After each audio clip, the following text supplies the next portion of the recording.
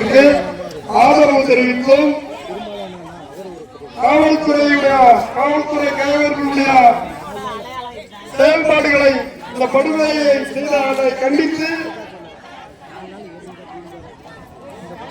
கண்டிக்கும் விதமாகவும் உங்களுக்கு ஆதரவு தெரிவித்து வருகை தந்துள்ள தமிழக முற்போக்கு கழகம் அமைப்பின் மாநில தலைவர் அண்ணன் ஐங்கரன் அவர்கள் இங்கே வந்துள்ளார்கள். மதுரையிலிருந்து வந்திருக்காங்க. எல்லாரும் அண்ணன் அவர்கள்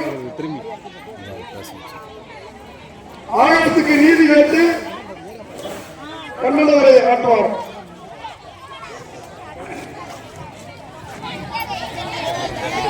அன்பார்ந்த உறவுகளே, உங்களோடு இந்த நேரத்தில் இந்த களத்தில் நிற்பதை நான் பெருமையாக கருதுகிறேன்.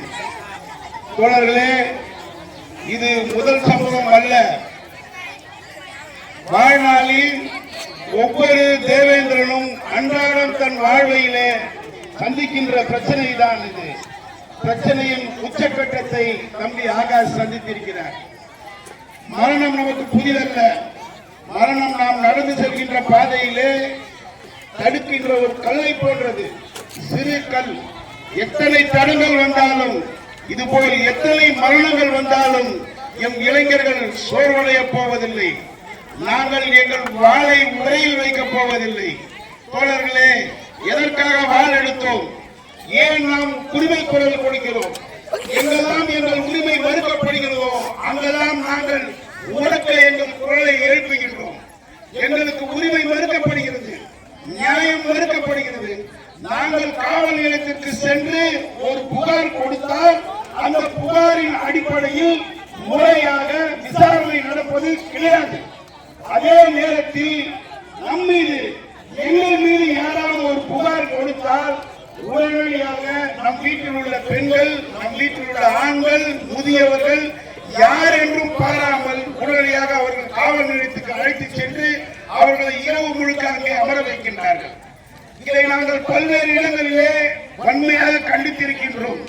ஆனாலும் இதை செவியில் வாங்கிக் கொள்ளாத காவல்துறை தொடர்ந்து செயல்பட்டுக் கொண்டிருப்பதற்கு என்ன காரணம் என்றால், காவல்துறை ஒரு குறிப்பிட்ட சமூகத்தின் கட்டுப்பாட்டில் இருக்கிறது. தோழர்களே, காவல்துறையில் நீங்கள் கணக்கெடுத்தீர்களானால் எஸ்பிசிஐடி என்று சொல்லக்கூடிய அந்த பதவியிலே குறிப்பிட்ட ஒரு சமூகத்தை சேர்ந்தவர்கள் மட்டுமே அதிகமாக தென் தமிழகத்தில் இருக்கிறார்கள்.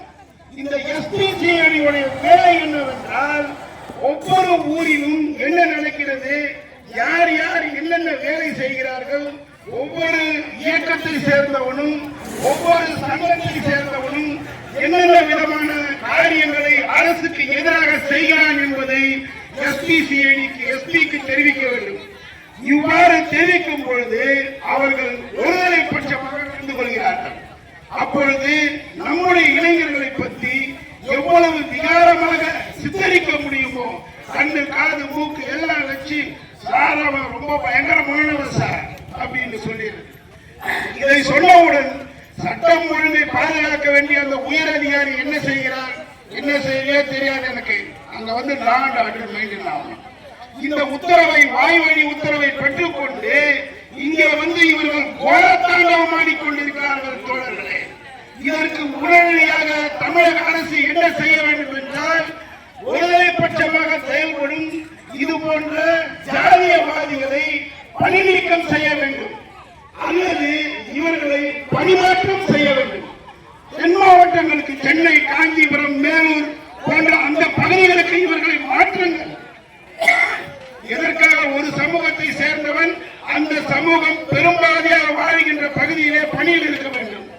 அவ்வாறு பணியில் இருந்தால் அவன் எப்படி நியாயம் வழங்க வேண்டும்? அந்த அளவுக்கு நியாயமானவர்களா இவர்கள்? நமக்கு எல்லோருக்கும் நன்றாக தெரியும், வெள்ளைத்துறை என்று ஒரு என்கவுண்டர் ஸ்பெஷலிஸ்ட் இருந்தார். அவர் பெரிய என்கவுண்டர் ஸ்பெஷலிஸ்ட் இருந்தாங்க.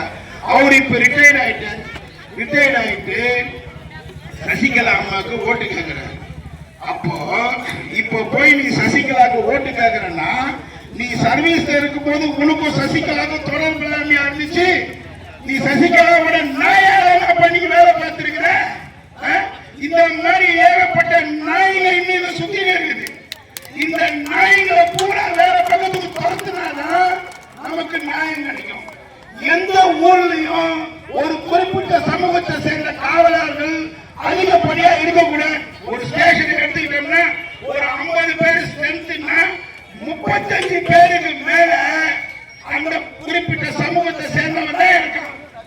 மிச்சம் இருக்க 15 பேர்ல நம்மால் ஒரு 3 பேர் இருப்பான். அவன் வந்து சூழ்நிலை கைதி ஆகி அவன் என்ன பண்ணுவான், அவன் தான் நம்மளை வந்து வேவு பார்க்கிறான். யாரு? நம்ம ஜாதிக்காரன். குலத்தை கெடுக்க வந்த கோடாரி காம்பு. அதனாலதான் நம்ம வெட்டுப்பட்டு இருக்கோம். அது எப்ப தெரியும்? நாளைக்கு அவன் புள்ள மரத்தில் அடி வாங்கும் போது அவன் புள்ள உதவாங்கும் போது தான் வலிக்கும். அப்போ ஒட்டுமொத்த 50 பேருமே அந்த காவல் நிலையமே நமக்கு எதிராக தான் இருக்கு. ஒரு புகார் கொடுத்தா புகாரின் அடிப்படையில் வேற நடக்கிறதே கிடையாது. எல்லாம் நம்ம போய் புகார் கொடுத்தா உடனே உட்கார வச்சு சமாதானமே பேசிட்டு இருக்கோம். தோழர்களே, இது இப்படியே போனா பத்தாது. இந்த போராட்டம் அரசாங்கத்தை உழுக்குவதாக எனக்கு தெரியவில்லை. இந்த போராட்டம் மேலும் வலுவடைய வேண்டும். இந்த போராட்டம் மேலும் வளர வேண்டும். மதுரையை நோக்கி எல்லோரும் வர வேண்டும். மதுரையில் ஓடுகின்ற ரயில் வண்டியை அனைத்தும் நிறுத்தப்பட வேண்டும். அடுத்த கட்ட போராட்டமாக நாம் ரயில் மறியல் போராட்டத்தை தொடங்குவோம். தோழர்களே, இதற்கு அரசு செய்திருக்கிறது என்றால் ஒரு ட்ரெயின் கூட வராது. மதுரையில் சேர்ந்த பக்கம் ராமேஸ்வரம் உங்க ட்ரெயினை பூரா நாங்க நிறுத்துறோம்டா. எங்க உயிர் கூட மயிறு கூட மாதிரியா. ஆமா, நாங்க எங்க உயிரை இன்னைக்கு தூக்கி போட்டு வெளியில வந்திருக்கிறோம். ஆமா, எத்தனை தருணங்கள் இந்த உயிர் போயிட்டு வந்திருக்குது, அது எங்களுக்கு தெரியும். இந்த உயிர் எங்களுக்கு பெருசு இல்லை. இந்த சமூகத்திற்காக உழைப்பதற்கு ஒருத்தர் வந்துவிட்டால் அவன் தன் தாயிடம் வாய்க்கரிசி வாங்கிக் கொண்டுதான் வளர வேண்டும். ஏனென்றால் மரணம் அவன் முதுகுக்கு பின்னால் நிற்கும். தோழர்களே, இதை தெரிந்து கொள்ளுங்கள். எத்தனையோ தியாகிகளை நாம் இழந்திருக்கிறோம். சித்தரிக்கப்பட்டார்கள் நோயாளிகள் என்று. உண்மையிலே அவர்கள் எல்லோரும் தியாகிகள். தோழர்களே, தம்பி தீபக் ராஜனை இந்த நேரத்தில் உங்களுக்கு நினைவுபடுத்த விரும்புகிறேன். துரோகிகளால் காட்டிக் கொடுக்கப்பட்ட அந்த தம்பி வெட்டுண்டு மரணித்து போனான். புத்தக காதலன். எண்ணற்ற புத்தகங்களை படித்து ஒரு அறிவு ஜீவியாக அவன் உருவாகிறான் என்று தெரிந்தவுடன் அவன் விடுதலை செய்யப்படுகிறான். தோழர்களே, இன்னும் பல்வேறு இளைஞர்கள் தங்கள் உயிரை கொடுக்க காத்துக் கொண்டிருக்கிறார்கள் இந்த சமூகத்திலே.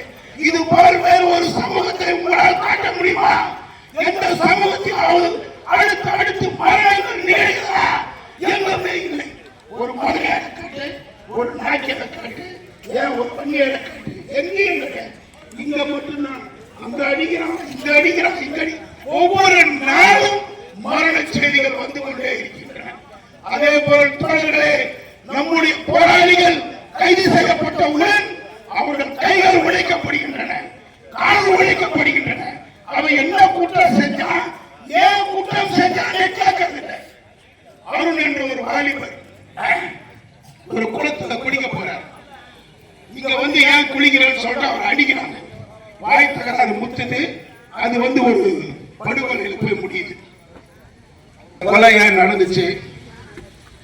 அவருடைய அடிப்படை உரிமை மறுக்கப்பட்டது.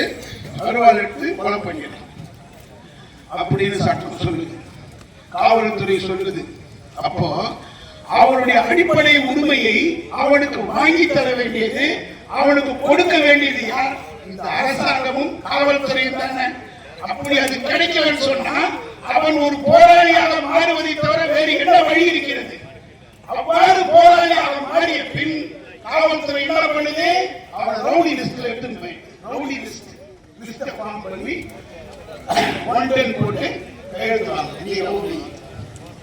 அதன் பிறகு மீண்டும் அவன் கைது செய்யப்படும் பொழுதோ அல்லது வேற எங்காவது வந்து பிணையில் இருக்கும் பொழுதோ வாயிலாக்கு வர முடியல, உடனே ஒரு வாரண்டை போடுறது. வாரண்டை கேன்சல் பண்ணும்போது கோர்ட்டுக்கு போனா கோர்ட்டு வாசலே வச்சு பிடிக்கிறது. அறிவுல உனக்கு வாரண்டை கேன்சல் பண்ண ஒருத்தன் கோர்ட்டுக்கு போகும்போது நீ பிடிச்சினா அவன் எப்படி கேன்சல் பண்ணுவான் வாரண்டை? அறிவுல காவல்துறைக்கு பிடிச்சி கையை காலை உடைக்க வேண்டியது. ஏன் கையை காலை உடைக்கிற? உன்னை எதிர்த்து போராடினா எங்க கையை காலை உடைப்பியா? எத்தனை கையை உடைப்ப? 1000 கைகள் அல்ல, லட்சம் கைகள் அல்ல தோழர்களே. 1 கோடிக்கு மேல் கைகள் இருக்கிறது. எங்கள் கைகள் வெறும் கைகள் அல்ல. எங்கள் கைகளுக்கு எல்லாம் தெரியும். நாங்கள் எதை செய்யவில்லை. பேருந்தை நிறுத்தவில்லையா? ரயில்களை நிறுத்தவில்லையா? ஏன் உறுதியை கொலை நிறுத்துவோம் தோழர்களே. எதை வேண்டுமானாலும் செய்வோம். எங்கள் உயிர் இந்த மயிருக்கு சமம் தோழர்களே.